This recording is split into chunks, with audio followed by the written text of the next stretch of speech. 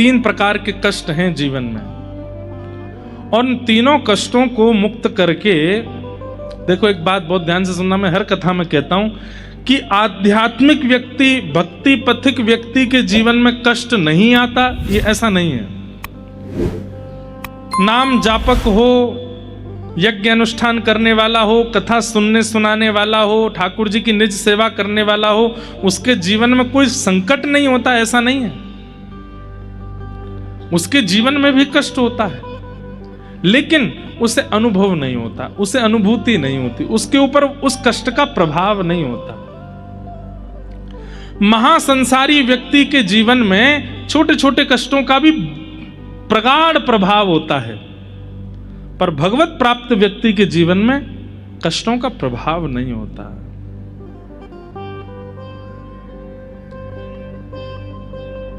भोजन ना मिलने पर संसारी व्यक्ति व्याकुल हो जाता है, और गुस्सा अलग बढ़ेगा, क्रोध अलग आएगा, ईर्ष्या अलग आ जाएगी। भोजन नहीं मिलने पर सारी उसकी जितनी भी दूषितताएं सब बढ़ने लग जाएंगी।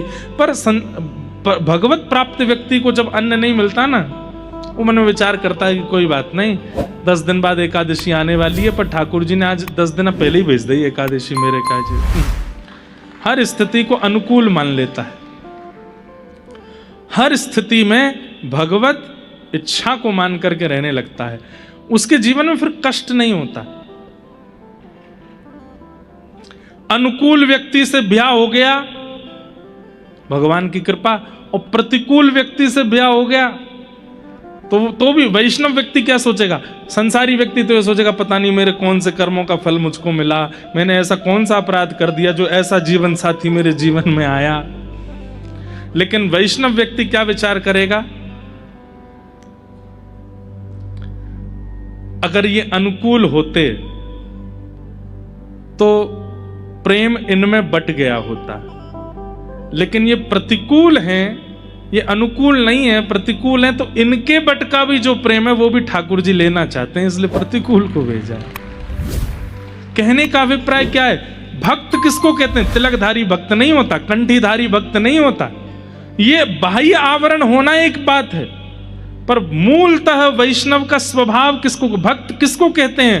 जो परिस्थितियां तो आती हैं, परिस्थितियों को सहन कर लेता है, उसका प्रभाव अपने जीवन पर पड़ने नहीं देता,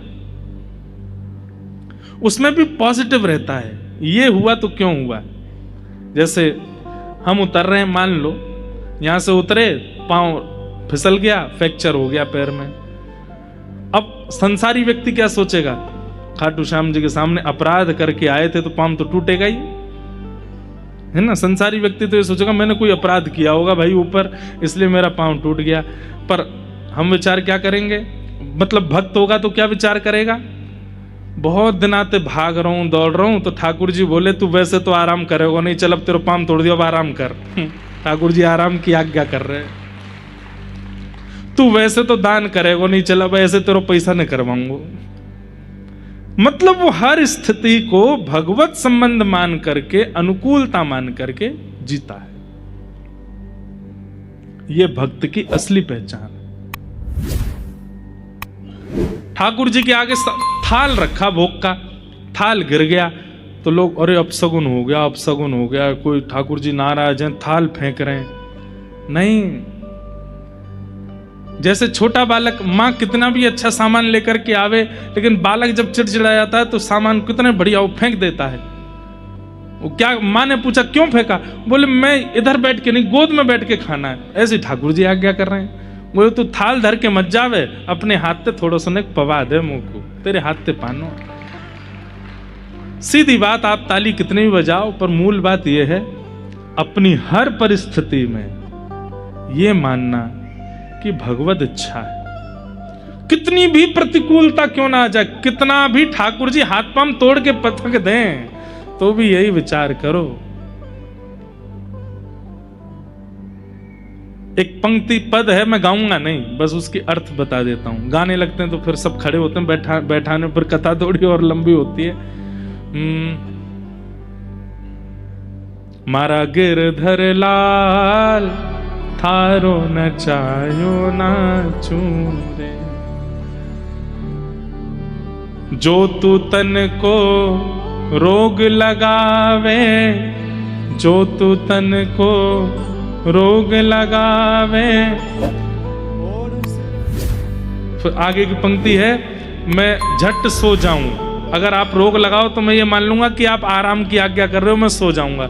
और फिर अगली पंक्ति क्या है, जो तू काल रूप बन आवे, जो तू काल रूप बन आवे, मैं लपक गोद में आऊं, मारा गिरधर लाल थारो न चायो ना चूरे। घर का प्राणी कहाँ ना माने, मन मन खुशी मनाऊं,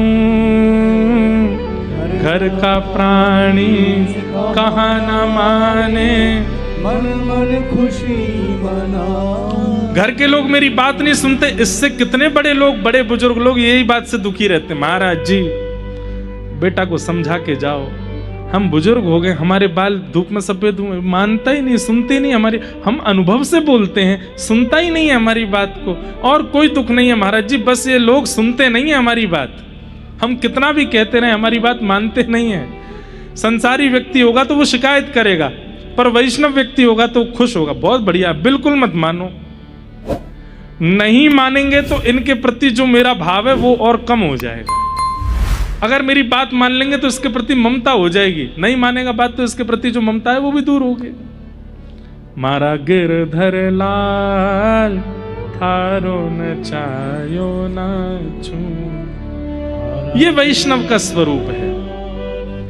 वो जीवन में परिस्थितियों, देखो परिस्थितियां तो हमारे कर्मों की वजह से ही आती हैं, लेकिन कंठी पहनने के बाद, तिलक धारण करने के बाद, भक्ति पथ पर आने के बाद जीवन में आई हुई परिस्थिति को हम अपना पूर्व का प्रारब्ध ना मान करके भगवत इच्छा मानने लगते हैं। ठाकुर जी की इच्छा है, स्वीकार कर लो।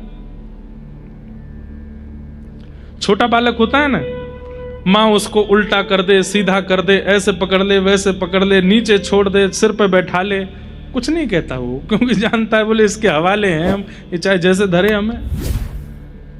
लेकिन जब वो अपना अस्तित्व समझने लगता है तो फिर मां जैसे चाहे वैसे नहीं पकड़ सकती उसको। जैसे ही बालक अपना अस्तित्व जानने लगता है, थोड़ा सूझबूझ आने लगती है उसमें, मां अगर उसको उल्टी गोद में ले ले तो रोता है, नहीं उधर वाली पे जाना है, उधर ही लेना पड़ेगा। हम लोग पता है कैसे हो गए, हम अपने आप को कुछ मानने लगे हैं, जानने लगे हैं, इसलिए ठाकुर जी की रची हुई जीवन में हमको अनुकूलता नहीं लगती, कंफर्टेबल नहीं होते हम। ऐसे नहीं ऐसे होता ठाकुर जी, ऐसे नहीं ऐसे होता। ठाकुर जी के सामने तो ऐसे बन जाओ, 5-6 महीना को बालक, जैसे ठाकुर जी चाहें धर लो, हम कुछ नहीं कहेंगे, आपकी रजा में राजी हैं। ये वैष्णव का स्वरूप है। तिलक फोटा लगाने तो वैष्णव ना दिखें।